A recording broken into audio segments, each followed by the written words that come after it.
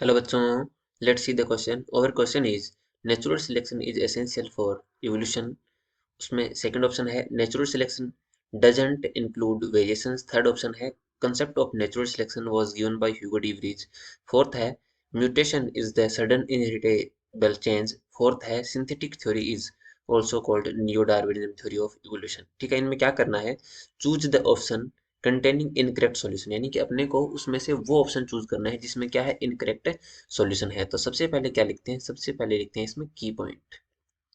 ठीक है, सबसे पहले की पॉइंट देखते हैं। की पॉइंट में क्या है कि जो नेचुरल सिलेक्शन है वो क्या एसेंशियल फॉर इवोल्यूशन है। तो नेचुरल सिलेक्शन क्या है, इवोल्यूशन के लिए एसेंशियल है। ठीक है ना, तो नेचुरल सिलेक्शन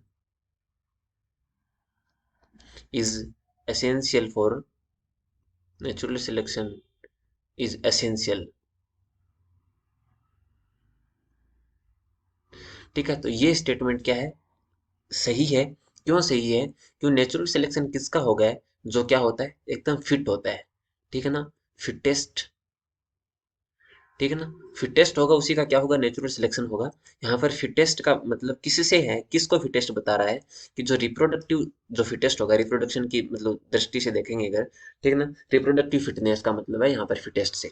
ठीक है, और सेकंड क्या है, natural selection doesn't include variation. Natural selection में ये नहीं होता क्या, तो ये गलत है क्योंकि होता है इसमें।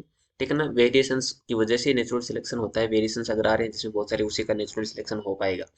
उसके बाद में concept of natural selection was given by Hugo de Vries. ये भी गलत है क्योंकि ये किसने दिया था, ह्यूगो डी व्रीज ने नहीं दे करके, ये किसने दिया था, चार्ल्स डार्विन ने दिया था।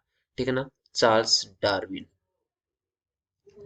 ठीक है, तो ये क्या हो जाए, ये भी गलत हो जाएगा। Mutation is the sudden inheritable change, सही है। म्यूटेशन क्या है, अचानक से होने वाले परिवर्तन है, तो ये सही है।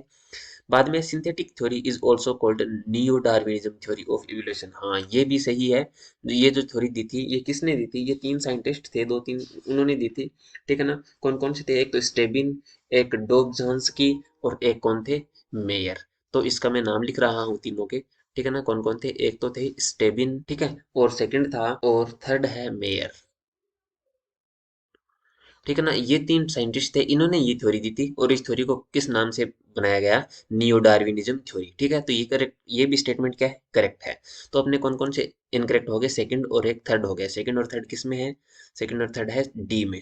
ओके, तो अपना आंसर क्या हो जाएगा, D. Hope you understand it well, thank you.